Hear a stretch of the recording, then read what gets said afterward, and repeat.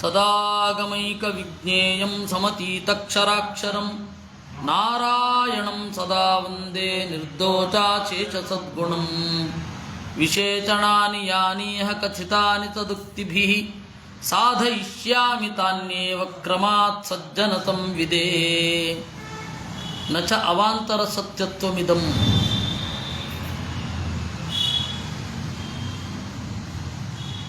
ಜಗತ್ತು ಎರಡು ತರಹದ ಸತ್ಯತ್ವವನ್ನು ಹೊಂದಿದೆ ಅಂತ. ಒಂದು ಪ್ರಧಾನ ಸತ್ಯ, ಇನ್ನೊಂದು ಅವಾಂತರ ಸತ್ಯ. ಈ ಜಗತ್ತು ಸತ್ಯ ಹೌದು, ಆದರೆ ಅದು ಅವಾಂತರ ಸತ್ಯ. ಅದಕ್ಕೆ ಮಧ್ವಾಚಾರ್ಯರು ಕೇಳಿದ್ರು, ಅವಾಂತರ ಸತ್ಯ ಅಂದರೆ ಎಂಥದ್ದು? ಅಸತ್ಯವಾದ ಸತ್ಯ, ಸತ್ಯವಾದ ಸತ್ಯ ಅಂತ ಒಂದು ಉಂಟ. ಸತ್ಯ ಅಂದರೆ ಸತ್ಯ ಅಷ್ಟೆ. ಸತ್ಯವಾದ ಸತ್ಯ, ಅಸತ್ಯವಾದ ಸತ್ಯ ಅಂತ ಎಲ್ಲೂ ಇರಲ್ಲ, ಇರಲಿಕ್ಕೆ ಸಾಧ್ಯವೂ ಇಲ್ಲ. ಸರಿ, ಅದನ್ನು ವೇದ ಆದರೂ ಸಪೋರ್ಟ್ ಮಾಡಿದ್ಯಾ? ವೇದವೂ ಸಪೋರ್ಟ್ ಮಾಡಿಲ್ಲ. ಯೋ ವೇದ ನಿಹಿತಂ ಗುಹಾಯಾಂ ಪರಮೇ ವ್ಯೋಮನ್ ಸೋಷ್ಣುತೆ ಸರ್ವಾನ್ ಕಾಮಾನ್ ಸಹ ಬ್ರಹ್ಮಣ ವಿಪಶ್ಚಿತ ಅಂತ ವೇದ. ಈ ವೇದ ಮಂತ್ರದ ಅರ್ಥವನ್ನು ನೋಡಿ. ಯಹ ಯಾರು, ಗುಹಾಯಾಂ ಗುಟ್ಟಾಗಿರುವ, ಹೃದಯದೊಳಗಿರುವ, ಪರಮೇ ವ್ಯೋಮನ್ ಆಕಾಶದಲ್ಲಿ, ಹೃದಯ ಗುಹೆಯೊಳಗಡೆ ಇರುವ ದೊಡ್ಡ ಆಕಾಶದಲ್ಲಿ, ಅಂದರೆ ದೇವರಷ್ಟು ಅಣು. ಇಷ್ಟು ಜಾಗ ಎಷ್ಟೂ ಆಗಬಹುದು. ಇದು ಗುಹಾಯಾಂ ಪರಮೇ ವ್ಯೋಮನ್. ನಮಗೆ ಇದು ಅರ್ಥವಾಗದ ಸಂಗತಿ. ಗುಹಾಯಾಂ ಹೃದಯ ಗುಹೆಯಲ್ಲಿ, ಗುಹೆ ಅನ್ನೋದು ದೊಡ್ಡ ಆಗಸ. ನಾವು ಹೊರಗಡೆಯಿಂದ ನೋಡಿದ್ರೆ ಇವತ್ತು ನಮ್ಮ ಅಳತೆಯಲ್ಲಿ ಒಂದು ಮುಷ್ಟಿ ಹಿಡಿಯಬಹುದಾದಷ್ಟು ಆಕಾಶ ಇಲ್ಲಿ ಒಳಗಡೆ ಇರೋದು. ಇದು ಪರಮ ದೊಡ್ಡದು ಯಾವಾಗ ಆಗತ್ತೆ? ದೇವರು ಅಷ್ಟು ಸೂಕ್ಷ್ಮ ಆದರೆ. ಆದ್ದರಿಂದ ಯಹ ಯಾರು ಗುಹಾಯಾಮ್ ಹೃದಯ ಗುಹೆಯಲ್ಲಿ ಇರುವ ಪರಮೇ ದೊಡ್ಡದಾದ ವ್ಯೋಮನ್ ಆಕಾಶದಲ್ಲಿ ನಿಹಿತಂ ಇರುವ ಪರಮಾತ್ಮನನ್ನು ವೇದ ತಿಳಿದಿದ್ದಾನೋ ಸಹ ಅವನು ಸರ್ವಾನ್ ಕಾಮಾನ್ ಎಲ್ಲ ಬಯಕೆಗಳನ್ನು ಅಶ್ನುತೆ ಭೋಗಿಸುತ್ತಾನೆ. ಯಾವಾಗ? ಹೇಗೆ? ಸಹ ಬ್ರಹ್ಮಣ ವಿಪಶ್ಚಿತ, ಬ್ರಹ್ಮನ ಜೊತೆಗೆ. ಏನಿದೆ ಇಲ್ಲಿ? ಬ್ರಹ್ಮನ ಜೊತೆಗೆ. ವಿಪಶ್ಚಿತ ಅಂತ ತೃತೀಯ ವಿಭಕ್ತಿ ಏಕವಚನ. ಬ್ರಹ್ಮನ ಜೊತೆಗೆ ಅಂದರೆ ಭೇದ ಅನ್ನೋದು ಯಾವಾಗಲೂ ಇರಬೇಕಾ? ವೇದ ಅಭೇದವನ್ನು ಹೇಳಲಿಲ್ಲ. ಏತಮಾನಂದಮಯಮಾತ್ಮಾನಮುಪಸಂಕ್ರಮ್ಯ ಇಮಾನ್ ಲೋಕಾನ್ ಕಾಮಾನ್ನಿ ಕಾಮರೂಪ್ಯನುಸಂಚರನ್ ಏತತ್ ಸಾಮಗಾಯನ್ನಾಸ್ತೆ. ಏತಂ ಈ ಅಂತರ್ಯಾಮಿಯಾಗಿರುವ ಆನಂದಮಯಂ ಆತ್ಮಾನಂ ಆನಂದಪೂರ್ಣನಾದ ಪರಮಾತ್ಮನನ್ನು ಉಪಸಂಕ್ರಮ್ಯ ಬಳಿಸಾರಿ ಇಮಾನ್ ಲೋಕಾನ್ ಅನುಸಂಚರನ್ ಈ ಎಲ್ಲ ಲೋಕಗಳನ್ನು ಸಂಚರಿಸುತ್ತಾ. ಹೇಗೆ? ಕಾಮಾನ್ನಿ ಚೆನ್ನಾಗಿ ಭೋಗಿಸುತ್ತಾ, ಕಾಮರೂಪಿ ಬೇಕಾದ ಆಕಾರವನ್ನು ತಾಳುತ್ತಾ ಸಂಚಾರ ಮಾಡ್ತಾ, ಏತತ್ ಸಾಮಗಾಯನ್ನಾಸ್ತೆ ಈ ಸಾಮವನ್ನು ಹಾಡುತ್ತಾ ಇರುತ್ತಾನೆ. ಯಾರು? ಬ್ರಹ್ಮದೇವರು. ಏನಂತ ಅಲ್ಲಿಲ್ಲ, ಆದರೆ ಅದನ್ನು ಅನುಸಂಧಾನ ಮಾಡಬಹುದು. ಹಾ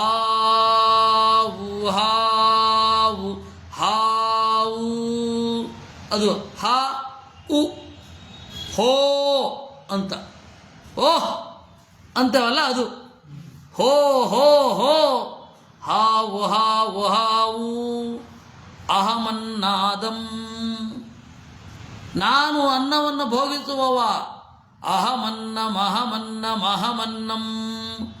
ನನ್ನ ಚಿಕ್ಕವರು ನನ್ನಿಂದ ಭೋಗಿಸುತ್ತಾರೆ, ನನ್ನನ್ನೇ ಭೋಗಿಸುತ್ತಾರೆ. ಅಷ್ಟೇ ಅಲ್ಲ, ಅಹಮನ್ನಾದ, ನಾನು ಭೋಗಿಸುತ್ತೇನೆ ಕೂಡ. ಅನ್ನಂ ಅತ್ತಿ, ಅಹಮನ್ನಾದೋ ಅಹಮನ್ನಾದ, ಅಹಂ ಶ್ಲೋಕಕೃತ್. ನಾನು ದೇವರನ್ನ ಕುರಿತು ಹಾಡು ಹೊಸೆಯುತ್ತೇನೆ, ಶ್ಲೋಕಕೃತ್. ನಾನು ನನಗೆ ಕಾಣುವ ದೇವರನ್ನ ಕುರಿತು ಹಾಡುತ್ತೇನೆ, ಶ್ಲೋಕಕೃತ್. ಅವನ ಕೀರ್ತಿಯನ್ನು ಎಲ್ಲೆಡೆ ಪಸರಿಸುವಂತೆ ಮಾಡುತ್ತೇನೆ. ಅಹಮಸ್ಮಿ ಪ್ರಥಮಜಾರುತಾಸ್ಯ ಋತಸ್ಯ, ಯಥಾರ್ಥ ಜ್ಞಾನರೂಪನಾದ ಪರಮಾತ್ಮನ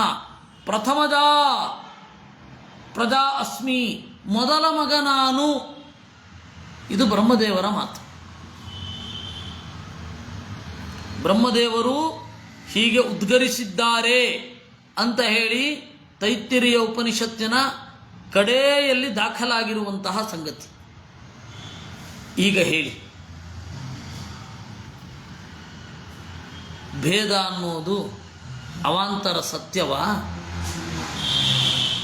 ಮುಕ್ತಿ ಹೊಂದಿದ್ದಾನೆ, ಮುಕ್ತಿ ಹೊಂದಿದ ಮೇಲೆ ನಾನು ದೇವರನ್ನು ಕುರಿತು ಹಾಡ್ತೇನೆ ಅಂತ ವಿನಯ ತೋರಿಸ್ತಾನೆ. ಎಲ್ಲರಿಗೂ ನಾನು ನಿಯಾಮಕ ಅಂತ ಅಹಮನ್ನಂ ಅಂತಾನೆ. ಆದರೆ ನಾನು ಎಲ್ಲರಿಗಿಂತ ಮಿಗಿಲಾದ ಭೋಗ ಇದೆ ಅಂತ ಹೇಳಿ ಅನ್ನಾದಹ ಅಂತ ಹೇಳ್ತಾನೆ. ಈ ಲೋಕಗಳನ್ನು ಸಂಚರಿಸುತ್ತಾ ಅಂತ ಹೇಳಿ ಈ ಲೋಕಗಳೆಲ್ಲ ಸತ್ಯ ಅಂತಾನೆ. ಕಾಮಾನ್ನಿ ಅಂತಾನೆ. ಬೇಕಾದ ಭೋಗಗಳನ್ನು ಉಣ್ಣುತ್ತಾ ಕಾಮರೂಪಿ ಬೇಕಾದ ರೂಪವನ್ನು ಧರಿಸುತ್ತಾ, ಇವೆಲ್ಲ ಯಾವಾಗ ಸಾಧ್ಯ? ಎಲ್ಲವೂ ಇದ್ದಾಗ ಅಲ್ವೇ? ಆದ್ದರಿಂದ ಅವಾಂತರ ಸತ್ಯ ಭೇದ ಅಂತ ಹೇಳಲಿಕ್ಕಾಗಲ್ಲ. ಋಚಾನ್ತ್ವಪೋಷಮಾಸ್ತೆ ಪುಷ್ವಾನ್ ಗಾಯತ್ರಂತ್ವೋ ಗಾಯತಿ ಚಕ್ವರೀಚು ಬ್ರಹ್ಮಾತ್ವೋ ವದತಿ ಜಾತ ವಿದ್ಯಾಂ ಯಜ್ಞಸ್ಯ ಮಾತ್ರಾಂ ವಿಮಿಮೀತ ಉತ್ವಹ. ತ್ವಹ ಒಬ್ಬ ಬ್ರಹ್ಮದೇವನು ರುಚಾಂ ಪೋಷಂ ಆಸ್ತೆ, ಪುಷ್ವಾನ್ ಪುಷ್ಟನಾಗಿ ಋಗ್ವೇದವನ್ನು ಹಾಡ್ತಾ ಇರ್ತಾನೆ ನಿನಗಾಗಿ. ತ್ವಹ ಒಬ್ಬ ಬ್ರಹ್ಮನು ಗಾಯತ್ರಂ ಶಕ್ವರೀಷು ಗಾಯತಿ, ಗಾಯತ್ರವನ್ನು ಶಕ್ವರ ಸಾಮದಲ್ಲಿ ಹಾಡುತ್ತಾನೆ. ಬ್ರಹ್ಮಾತ್ವೋ ವದತಿ ಜಾತವಿದ್ಯಾಂ, ತ್ವಹ ಬ್ರಹ್ಮ ಒಬ್ಬ ಬ್ರಹ್ಮನು ಜಾತವಿದ್ಯಾಂ ವದತಿ, ಇತಿಹಾಸ ಪುರಾಣಾದಿಗಳಿಂದ ದೇವರನ್ನ ಸ್ತೋತ್ರ ಮಾಡ್ತಾನೆ. ಯಜ್ಞಸ್ಯ ಮಾತ್ರಾಂ ವಿಮಿಮೀತ ಉತ್ವಹ, ತ್ವಹ ಒಬ್ಬ ಬ್ರಹ್ಮನು ಯಜ್ಞಸ್ಯ ಮಾತ್ರಾಂ ವಿಮಿಮೀತೆ, ಯಜ್ಞವನ್ನು ಮಾಡುತ್ತಾನೆ. ಈಗ ಹೇಳಿ, ಇದು ಮುಕ್ತ ಬ್ರಹ್ಮರ ಬಗ್ಗೆ ಹೇಳ್ತಾ ಇರೋದು. ನೀವು ಭೇದವನ್ನು ಅಸತ್ಯ, ತಾತ್ಕಾಲಿಕ, ಅನಿತ್ಯ, ಕ್ಷಣಿಕ ಅಂತೆಲ್ಲ ಹೇಳಬಹುದೇ? ಏನು ಹೇಳಿದ್ರೂ ಅದು ವೇದಕ್ಕೆ ವಿರುದ್ಧ. ಪರಂ ಜ್ಯೋತಿರುಪಸಂಪದ್ಯ ಸ್ವೇನ ರೂಪೇಣಾಭಿನಿಷ್ಪದ್ಯತೆ, ಛಂದೋಗೋಪನಿಷತ್ತು. ಪರಂ ಜ್ಯೋತಿ ಉಪಸಂಪದ್ಯ, ಹಿರಿದಾದ ಬೆಳಕನ್ನು ತಲುಪಿ ಸ್ವೇನ ರೂಪೇಣ ಅಭಿನಿಷ್ಪದ್ಯತೆ, ಸ್ವರೂಪದಿಂದ ಸಂಪನ್ನನಾಗುತ್ತಾನೆ. ಇನ್ನು ಸತತ್ರ ಪರ್ಯೇತಿ ಜಕ್ಷನ್ ಕ್ರೀಡನ್, ಸಹ ಮುಕ್ತನು ತತ್ರ ಮುಕ್ತಿಯಲ್ಲಿ ಜಕ್ಷನ್ ಉಣ್ಣುತ್ತಾ, ಕ್ರೀಡನ್ ಆಡುತ್ತಾ, ರಮಮಾಣ ಸ್ತ್ರೀಭಿ ಹೆಣ್ಣುಗಳಿಂದ ಆನಂದ ಪಡುತ್ತಾ, ಯಾನೈಹಿ ವಾಹನಗಳ ಜೊತೆಗೆ ಪರ್ಯೇತಿ ಸುತ್ತಲೂ ತಿರುಗಾಡುತ್ತಾನೆ. ಏನ್ರಿ ನಿಮ್ಮ ಮಧ್ವಮತ ನೀವು ಇದೇ ರೀತಿಯ ಅರ್ಥ ಹೇಳಿದರೆ ಸೆಮೆಟಿಕ್ ರಿಲಿಜನ್ಗಳ ತರಹ ಆಗತ್ತೆ. ಸೆಮೆಟಿಕ್ ರಿಲಿಜನ್ನಲ್ಲಿ 72 ಹ್ಯೂರ್ಗಳನ್ನು ಪಡತಾನೆ ಅಂತ ಇದೆಯಲ್ಲ, ಆ ರೀತಿಯೇ ನೀವು ಹೇಳ್ತಿರಲ್ಲ ಅಂತ ಹೇಳೋದು. ಅದಕ್ಕೆ ನಮ್ಮ ಉತ್ತರ ಇಲ್ಲ, ಹೆಣ್ಣು ಮತ್ತು ಗಂಡು ಕೂಡುವುದು ಸಹಜ. ಹಾಗಾದರೆ ಹೆಣ್ಣು ಗಂಡನ ದ್ವೇಷ ಮಾಡಬೇಕು, ಹೆಣ್ಣು ಗಂಡನ ದ್ವೇಷ ಮಾಡಬೇಕು, ಗಂಡು ಹೆಣ್ಣನ್ನು ದ್ವೇಷ ಮಾಡಬೇಕು ಅಂತೇನಿಲ್ಲ, ಎಲ್ಲೂ ಇಲ್ಲ. ಮತ್ತು ಯಾಕೆ ಬೇಡ ಅನ್ನೋದು? ಅಯ್ಯೋ ಇದ್ರ ಹಿಂದೆ ದುಃಖ ಇದೆ ಅನ್ನುವ ಕಾರಣಕ್ಕೆ ಬೇಡ ಅನ್ನೋದೇ ವಿನಃ ದುಃಖ ಇಲ್ಲದೆ ಹೋದರೆ ಈ ಒಡನಾಟ ಸ್ವೀಕೃತವೇ. ಮುಕ್ತಿಯಲ್ಲಿ ಒಡನಾಟ ಇದೆ, ಸುಖ ಇದೆ, ದುಃಖ ಇಲ್ಲ. ಅದರಿಂದಾಗಿ ನನು ಮಾನ್ಯತೆ ಮುನಿಭಿಸ್ಸುರತಂ ಅಂತ ಋಷಿಗಳು ಕೂಡ ಈ ಸುರತವನ್ನು ಗೌರವಿಸುತ್ತಾರೆ, ಈ ಹೆಣ್ಣು ಗಂಡುಗಳ ಕೂಡಿಕೆಯನ್ನು ಗೌರವಿಸುತ್ತಾರೆ. ಯಾಕೆ ಅಂದರೆ ಅಲ್ಲಿ ದುಃಖ ಇಲ್ಲ, ಸ್ವರೂಪಾನಂದ ಅಭಿವ್ಯಕ್ತಿಯಾಗಿದೆ, ದೇವರ ಜ್ಞಾನ ಇದೆ. ಈ ಎಲ್ಲ ಕಾರಣಗಳಿಂದ ಅದಲ್ಲಿ ಇಲ್ಲಿಯೂ ನಿಂದ್ಯವಲ್ಲ. ಯಾವಾಗ ಗೃಹಸ್ಥಾಶ್ರಮ ಅಂತ ಸ್ವೀಕರಿಸಿದಾಗ, ಎಲ್ಲಿ ಗೃಹಸ್ಥಾಶ್ರಮ ಅಂತ ಸ್ವೀಕರಿಸಲ್ಲ ಅಲ್ಲೆಲ್ಲ ನಿಂದ್ಯ. ಆದ್ದರಿಂದ ಹೆಣ್ಣು ಹಾಗೂ ಗಂಡುಗಳ ಇದು ಬಂದು ಕೂಡಲೇ ಮುಖ ಸಿಂಡರಿಸದಿರಿ.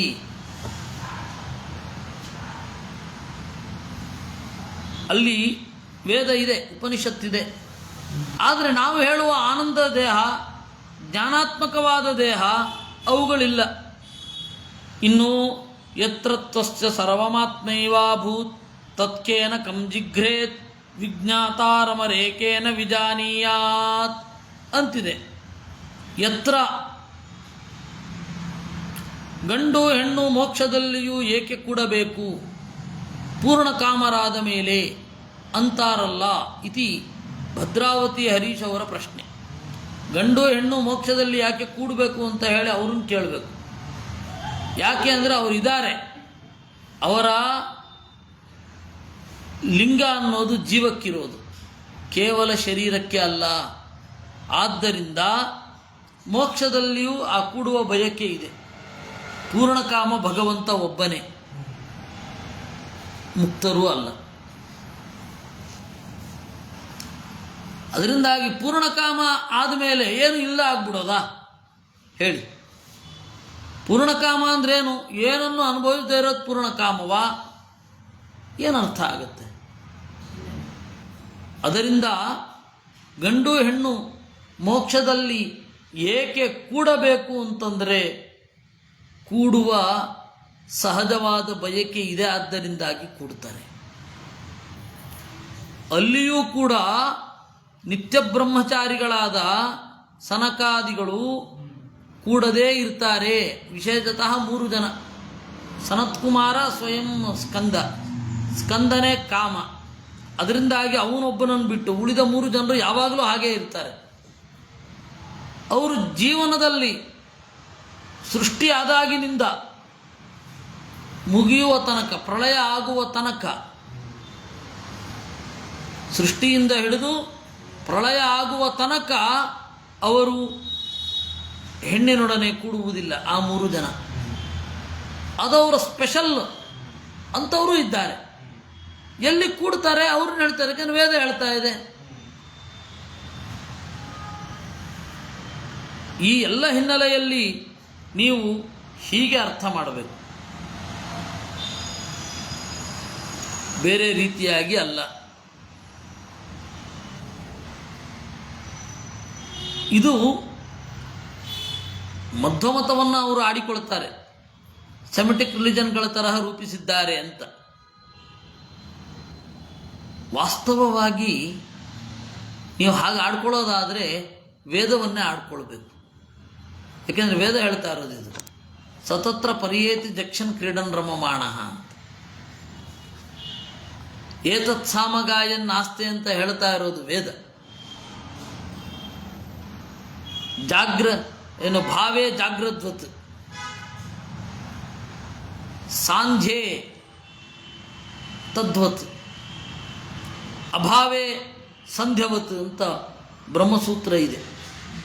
ಭಾವೇ ಜಾಗ್ರದ್ವತ್, ಎಚ್ಚರದಲ್ಲಿ ಸುಖ ಹೇಗೆ ಅಂದರೆ ಜಾಗ್ರತ್ ಕಾಲದಂತೆ ಇರುತ್ತೆ ಸುಖ ಅಲ್ಲಿ. ಇಲ್ಲ ಅಂತಂದರೆ ಕನಸಿನಲ್ಲಿ ಇದ್ದಂತೆ ಇರುತ್ತೆ. ಅಂದರೆ ಅಲ್ಲಿ ದೇಹವನ್ನು ತಗೊಳ್ಬಹುದು, ಬಿಡಬಹುದು, ಬೇಕಾದ ದೇಹವನ್ನು ತಗೊಳ್ಬಹುದು. ದ್ವಾದಶಾಹೌದು ಉಭಯವಿಧಂ, ಎರಡೂ ತರಹ ಅಂತ ಇನ್ನು ಕೆಲವರು. ವೇದವ್ಯಾಸರು ದೇಹವನ್ನು ಬಿಡಬಹುದು, ಬೇಕೆಂದಾಗ ದೇಹವನ್ನು ತಗೊಳ್ಬಹುದು ಅಂತನ್ನುವ ಪಕ್ಷವನ್ನೇ ಪ್ರಿಫರ್ ಮಾಡಿರೋದು. ಅದಕ್ಕಾಗಿ ಶಂಕರರು ಇಡೀ ಬ್ರಹ್ಮಸೂತ್ರಕ್ಕೆ ವ್ಯಾಖ್ಯಾನ ಬರೆದ ಮೇಲೆ ಅವರು ಹೇಳ್ತಾರೆ, ಬ್ರಹ್ಮಸೂತ್ರವು ಅಪೂರ್ಣ ಗ್ರಂಥ. ಯಾಕೆ ಅಂತ ಹೇಳಿದ್ರೆ ಇದು ಅಪರಮೋಕ್ಷವನ್ನು ಹೇಳಿದೆ, ಪರಮೋಕ್ಷವನ್ನಲ್ಲ. ಯಾವುದನ್ನು ಇಟ್ಟುಕೊಂಡು ಜಗತ್ತನ್ನು ಅಳೆಯಲು ಹೊರಟಿದ್ದಾರೋ ಆ ಸೂತ್ರವೇ ಅಪೂರ್ಣ ಅಂತ ಅಂದ್ಬಿಡ್ತಾರೆ.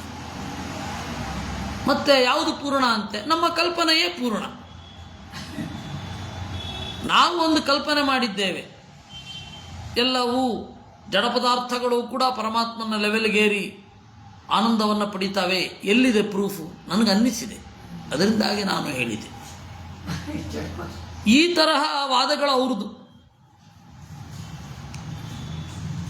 ನೀವು ನೋಡಿ, ಮಧ್ವರು ಹೆಜ್ಜೆ ಹೆಜ್ಜೆಗೆ ಉಲ್ಲೇಖಗಳನ್ನು ಕೊಡ್ತಾರೆ, ಅವರು ಯಾವ ಉಲ್ಲೇಖ ಕೊಡಲ್ಲ. ಆದರೆ ಜನರಿಗೆ ನೋಡಿ, ಅವರು ಮಹೋನ್ನತವಾದ ತತ್ವವನ್ನು ಪ್ರತಿಪಾದನೆ ಮಾಡ್ತಾ ಇದ್ದಾರೆ ಭೇದವನ್ನು ನಿರಾಕರಣೆ ಮಾಡುವ ಮೂಲಕ. ಮಧ್ವರು ಸಂಕುಚಿತ ದೃಷ್ಟಿ. ಯಾಕೆಂದರೆ ಪುರಾಣದಲ್ಲಿರೋ ಹಾಗೆ ಹೇಳ್ತಾ ಇದ್ದಾರೆ, ವೇದದಲ್ಲಿರೋ ಹಾಗೆ ಹೇಳ್ತಾ ಇದ್ದಾರೆ, ಅದನ್ನು ಮೀರಬೇಕು. ಯಾಕೆ ಮೀರಬೇಕು? ನಿಮ್ಮದೇ ಆದ ಕಲ್ಪನೆಗಳ ಸುತ್ತ ಹೋಗ್ತಾ ಇರೋದೇನು? ಸೂತ್ರವಿಲ್ಲದ ಗಾಳಿಪಟದ ಹಾಗೆ. ಪ್ರಮಾಣ ಕೊಟ್ಟು ಮಾತನಾಡಿದ್ರೆ ಅವ್ರ ಬಗ್ಗೆ ಡೌಟು. ಪ್ರಮಾಣವೇ ಇಲ್ಲದೆ ನನಗೆ ಹೀಗೆ ಅನ್ನಿಸ್ತಾ ಇದೆ ಅಂತ ಮಾತನಾಡ್ತಾ ಇದ್ದರೆ ಅದು ನಿಮಗೆ ಡೌಟೇ ಇಲ್ಲ, ಅದು ಪರಮ ಪ್ರಮಾಣ.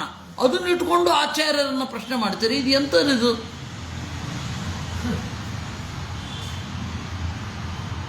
ಆದ್ದರಿಂದ ನೀವು ಶಬ್ದ ಪ್ರಮಾಣವಾದಿಗಳು ಅಂತಾದ ಮೇಲೆ ಶಬ್ದಕ್ಕೆ ಬೆಲೆ ಕೊಡಬೇಕು. ಎಲ್ಲರೂ ಹೇಳ್ತಾರೆ ನಾವು ಪ್ರತ್ಯಕ್ಷ ಅನುಮಾನ ಆಗಮಗಳನ್ನು ಗೌರವಿಸುತ್ತೇವೆ. ವಿಶ್ವಸತ್ಯತ್ವದ ವಿಚಾರದಲ್ಲಿ ಪ್ರತ್ಯಕ್ಷ ಒಪ್ಪಲ್ಲ. ಮುಕ್ತಿಯ ತಾರತಮ್ಯದ ವಿಚಾರದಲ್ಲಿ ವೇದ ಒಪ್ಪಲ್ಲ. ಮತ್ತೆ ಏನು ಒಪ್ತಾ ಇರೋದು? ಯದ್ವಾ ತದ್ವಾ ತರ್ಕವನ್ನು ಪ್ರಯೋಗ ಮಾಡಿದ್ರೆ ಅವರು ಇಲ್ಲ ಇಲ್ಲ ನೀವು ಬಹಳ ತರ್ಕ ಪ್ರಯೋಗ ಮಾಡ್ತಾ ಇದ್ದೀರಾ, ತರ್ಕ ನಿಮ್ಮದು ಪ್ರಧಾನ ಅಂತಾರೆ. ಹಾಗಾದ್ರೆ ನೀವು ಯಾವ ಒಂದು ಪ್ರಮಾಣವನ್ನು ಗಟ್ಟಿಯಾಗಿ ಇಟ್ಕೊಂಡಿದ್ದೀರಾ? ಚಾರ್ವಾಕರೇ ಎಷ್ಟೋ ಬೆಟರ್. ಪ್ರತ್ಯಕ್ಷ ಅಂದರೆ ಪ್ರತ್ಯಕ್ಷ ಅಷ್ಟೇ, ಅದು ಕಣ್ಣಿಗೆ ಕಾಣೋದೆ ಪ್ರತ್ಯಕ್ಷ, ಬೇರೆ ಅಲ್ಲ. ಈ ಎಲ್ಲ ಸಮಸ್ಯೆಗಳುಂಟು ಬೇರೆ ಮತವನ್ನು ಒಪ್ಪಿದರೆ. ಈಗ ಹೇಳ್ಬೋದು, ಎಷ್ಟೋ ಅದ್ವೈತ ಅನ್ನೋದು ಬಹಳ ವಿಶಾಲವಾದ ಕಾನ್ಸೆಪ್ಟು ಅಂತ ಇವ್ರಿಗೆ ಯಾಕೆ ಅನಿಸ್ಬೇಕು? ಯಾಕೆಂದರೆ ಸಿಂಪಲ್. ಮಧ್ವಮತವನ್ನು ಒಪ್ಪಿಕೊಳ್ಳೋದಕ್ಕಿಂತ ಎಲ್ಲ ಬ್ರಹ್ಮ ಅಂತ ಹೇಳಿಬಿಟ್ರೆ ನನಗೆ ಫಾಲೋವರ್ಸ್ ಜಾಸ್ತಿ ಆಗ್ತಾರೆ. ಯಾಕೆಂದರೆ ಅವರಲ್ಲಿ ಮೇಲರಿಮೆ ಕೀಳರಿಮೆ ಇವುಗಳನ್ನೆಲ್ಲ ತೊಡೆದು ಹಾಕಲಿಕ್ಕೆ ಇದೊಂದೇ ದಾರಿ ಅಂತ ಅಂದ್ಕೊಂಡಿದ್ದಾರೆ. ಆದರೆ ಇದು ವಾಸ್ತವನ ಅಹಂಕಾರದ ಪ್ರತಿಫಲನ ಮಾತ್ರ ಅಲ್ವಾ? ನಾನು ಬ್ರಹ್ಮ ಆಗ್ತೇನೆ ಅಂದರೆ ಏನಂತ? ಇವಾಗ ಗೀತೆಯಲ್ಲಿ ಕ್ಷೇತ್ರಜ್ಞ ಅಂದರೆ ಜೀವ, ಆ ಜೀವ ಅಂದರೆ ನಾನು ಅಂತ ಇವನು ಹೇಳ್ತಾ ಇದ್ದಾನೆ ಅಂತ. ವಿಷ್ಣು ಸಹಸ್ರನಾಮದಲ್ಲಿ ಕ್ಷೇತ್ರಜ್ಞೋಕ್ಷರ ಏವಚ, ಕ್ಷೇತ್ರಜ್ಞ ಅಂದರೆ ಭಗವಂತ ಮಾತ್ರ ಅಂತ ಹೇಳ್ಬಿಟ್ಟಿದ್ದಾರೆ. ಈ ತರಹದ ಗೊಂದಲಗಳೆಲ್ಲ ಇದ್ದಾಗ ವೇದವನ್ನು ನಾವು ಹಾಗೊಪ್ಪಲ್ಲ, ಆ ಟೆಕ್ಸ್ಟ್ಗೊಂದು ಮಿತಿ ಇದೆ, ವೇದವನ್ನು ಮೀರಬೇಕು ಅಂದ್ಬಿಡ್ತಾರೆ. ಈ ರೀತಿ ಸಮಸ್ಯೆಗಳು ಶುರು ಆಗೋದು ಹೀಗೆ. ಇನ್ನೂ ಸತತ್ರ ಪರ್ಯೇತಿ ದಕ್ಷನ್ ಕ್ರೀಡನ್ ರಮಮಾಣ ಸ್ತ್ರೀಭಿರ್ವಾಯಾನೈರ್ವಾ ಅಂತ ಅದಾಯ್ತಲ್ಲ. ಯತ್ರ ತ್ವಸ್ಯ ಸರ್ವಮಾತ್ಮೈವಾಭೂತ್, ಎಲ್ಲಿ ಎಲ್ಲವೂ ಕೂಡ ಆತ್ಮವೇ ಆಗಿರುತ್ತೋ, ಅಂದರೆ ಸ್ವರೂಪಭೂತವಾದ ದೇಹ ಇರುತ್ತೋ, ಅಲ್ಲಿ ಭಿನ್ನವಾದ ಇಂದ್ರಿಯಗಳಿಂದ ಭೋಗಿಸುವುದಿಲ್ಲ.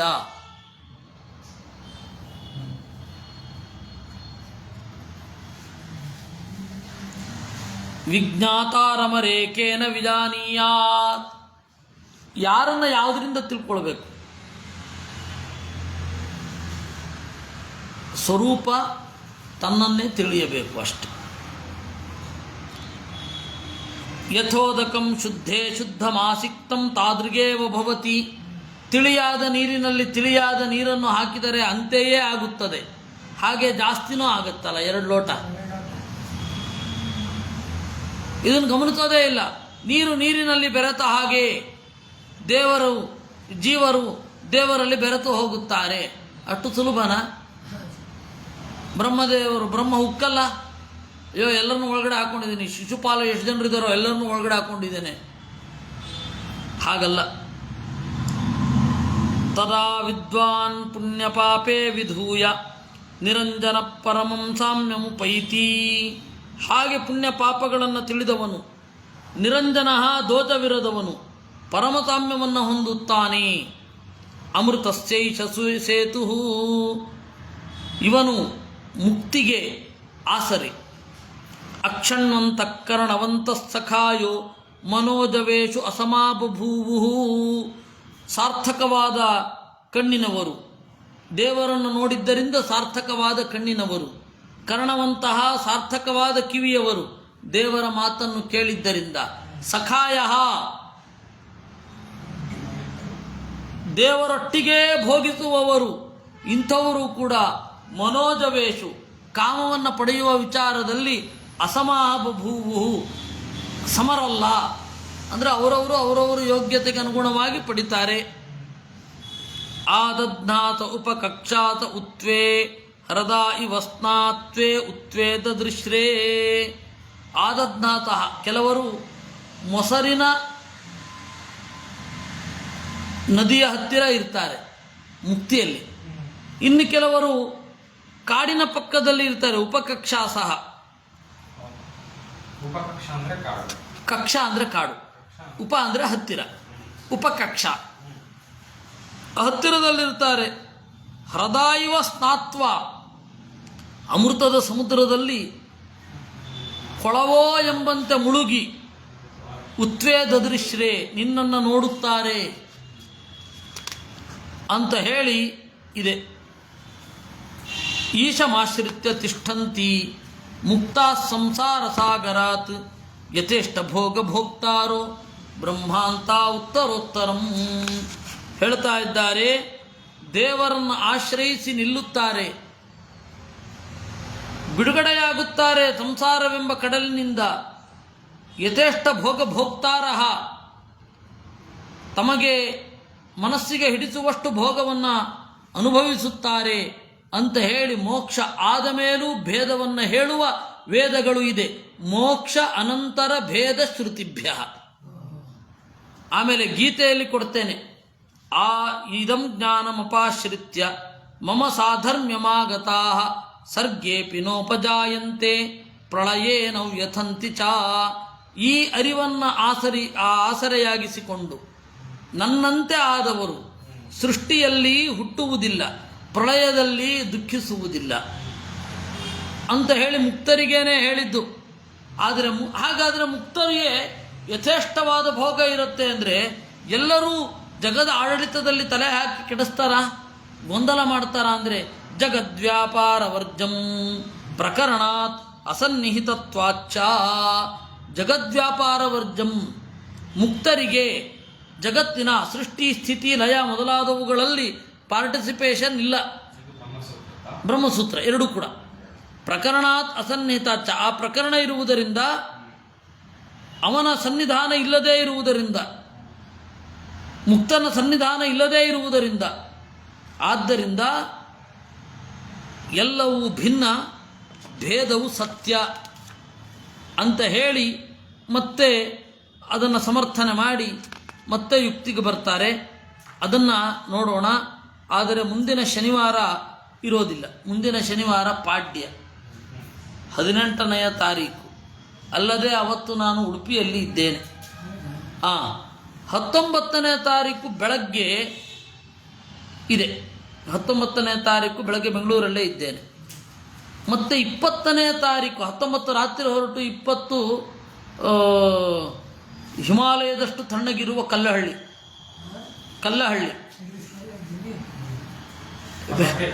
ಬಿಜಾಪುರದ ಹತ್ತಿರ ಕಲ್ಲಹಳ್ಳಿ. ಅಲ್ಲಿ ಕಲ್ಲಹಳ್ಳಿಯಲ್ಲಿ ಇದ್ದೇನೆ 20ರಿಂದ 30ನೇ ತಾರೀಕಿನ ತನಕ. ಅಲ್ಲಿ ಶಿಬಿರ ಇದೆ. ಹೌದು ಬಿಜಾಪುರ. ಅಲ್ಲಿ ಇದನ್ನು ತೊಗೊಂಡು ಹೋಗಿರ್ತೇನೆ. ಆದರೆ ಮಹಾಭಾರತ ಅಲ್ಲಿಂದ ಇರುತ್ತೆ. ಇಲ್ಲಾಂದರೆ 10 ದಿವಸಗಳ ಮಟ್ಟಿಗೆ ಕ್ಷಮೆ ಇರಲಿ. ಮತ್ತೆ 1ನೇ ತಾರೀಕು ಮತ್ತೆ ಶುರು ಆಗುತ್ತೆ.